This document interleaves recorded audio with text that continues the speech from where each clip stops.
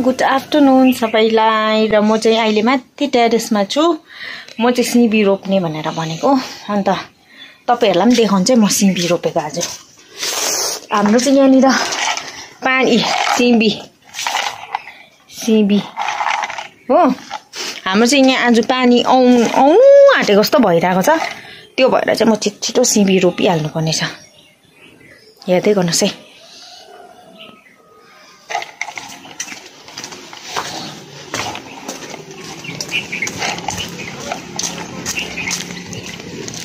मेरी ख्वाबों की तस्वीर यहाँ त देख्दैन छ नि। अब मैले उयो पनि ल्याएन, स्ट्यान्ड पनि। कसरी राख्नु भयो। यस्तो प्रब्लम हुन्छ हौ स्ट्यान्ड ल्याएन भने चाहिँ। यो चाहिँ चिप्स छ। यो चिप्स चाहिँ म उयोलाई दिन्छु, चरालाई। चराको देंगे चिप्स।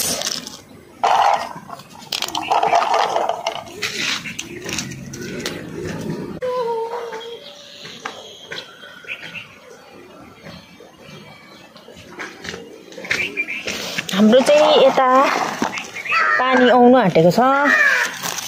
त्यो भएर चाहिँ यहाँ प्रब्लम हुँदैछ एकदम।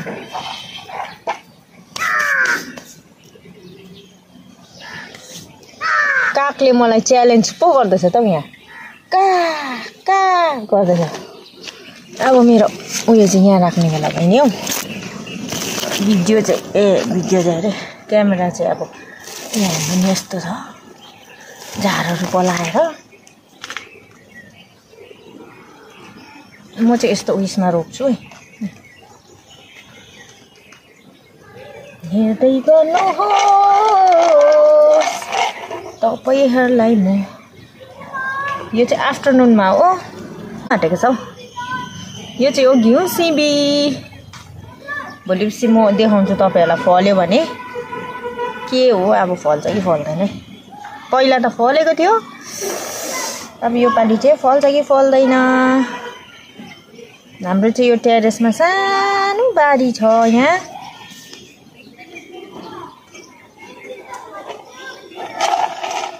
अरु त के रोप्नु। अब सिमी त रोप्नु होला नि।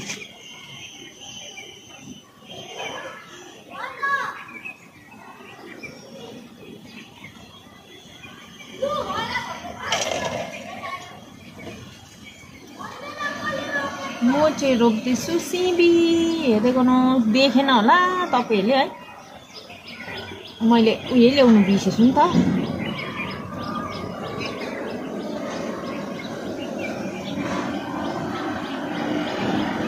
अर्को मौसम हो कि के पनि रहेछ त्यो पनि रोपिदिएको।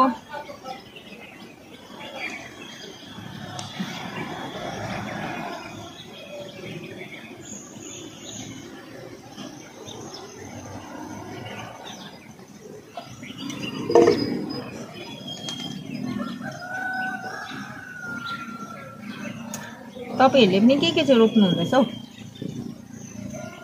कतिलाई चाहिँ यस्तो रोप्ने ओर्नेहरुको चाहिँ पुरा बेसी जाँगर हुन्छ। जाँगर इन्ट्रेस्ट को चाहिँ इन्ट्रेस्टेड हुनुहुन्छ रोप्नु। मैले चाहिँ सिमी पनि रोपिसके। अब तपाईहरुलाई म कोठेबारी देखाउँछु। मेरो कोठेबारी मेरो तोरीको साग पुरा अस्ति मैले रोपिदिएको थिएँ। बिटिटी भएर आइरहेको छ। अनि यहाँ चाहिँ छ मेरो र्याबिट। मैले यसको नाम चाहिँ चुन्नु मुन्नु राखिदिएको छु। चुन्नु मुन्नु हेलो हेलो हेलो चुन्नु मुन्नु चुन्नु मुन्नु चुन्नु मुन्नु चुन्नु मुन्नु। अनि आज चाहिँ मेरो के भन्छ कान्छी नाम भएको बिरालुले बेबी जन्माइरहेको छ। त्यो पनि देखाउँछु। आज चाहिँ मेरो हालत पतला बनाइदिएको छ। अब चाहिँ म तल रुमपट्टि जाँदैछु। तपाईहरुलाई देखाउँछु म ल। आज चाहिँ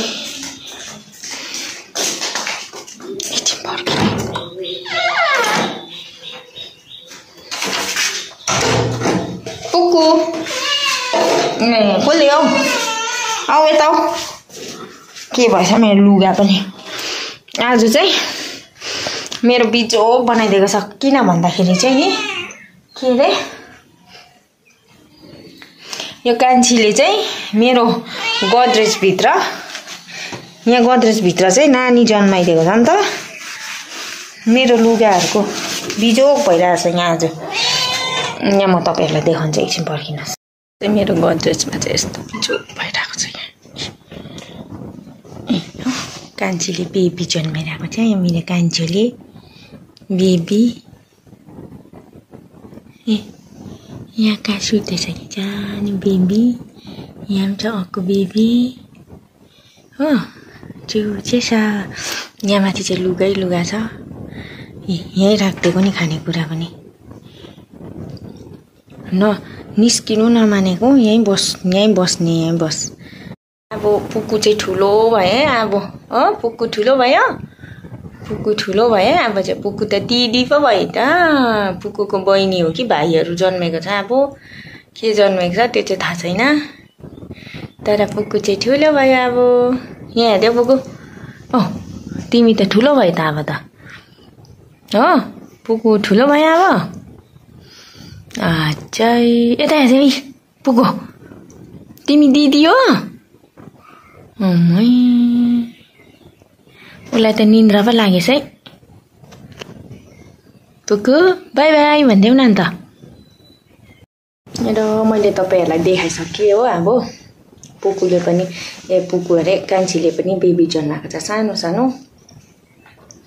मेरो गोदरेज भित्र जन्माइदिएर चाहिँ बिचारा अप्ठ्यारो सानो जग्गा छ अप्ठ्यारो भइरहेको छ मैले चाहिँ खासमा चाहिँ पल्लोपट्टि रुममा बनाइदिएको छु ठुलो त्यहाँ चाहिँ बस्नु मान्दैन फेरि यतै आइहाल्छ हो अन्त यति नै देखाउनु चाहन्थे यति नै भन्नु चाहन्छु र यसरी नै मेरो च्यानललाई पनि सब्स्क्राइब गरिदिनुहोस् अनि सपोर्ट गरिदिनुहोस् लाइक शेयर सब्स्क्राइब गरिदिनुहोस् हैन सब्स्क्राइब त गरिदिनुहोस् अनि यति नै भन्नु चाहन्छु र फेरि नेक्स्ट भिडियो लिएर आउने छिट्टै भन्दा पनि छिट्टो ट्राई गर्छु त्यतिको लागि बाई बाई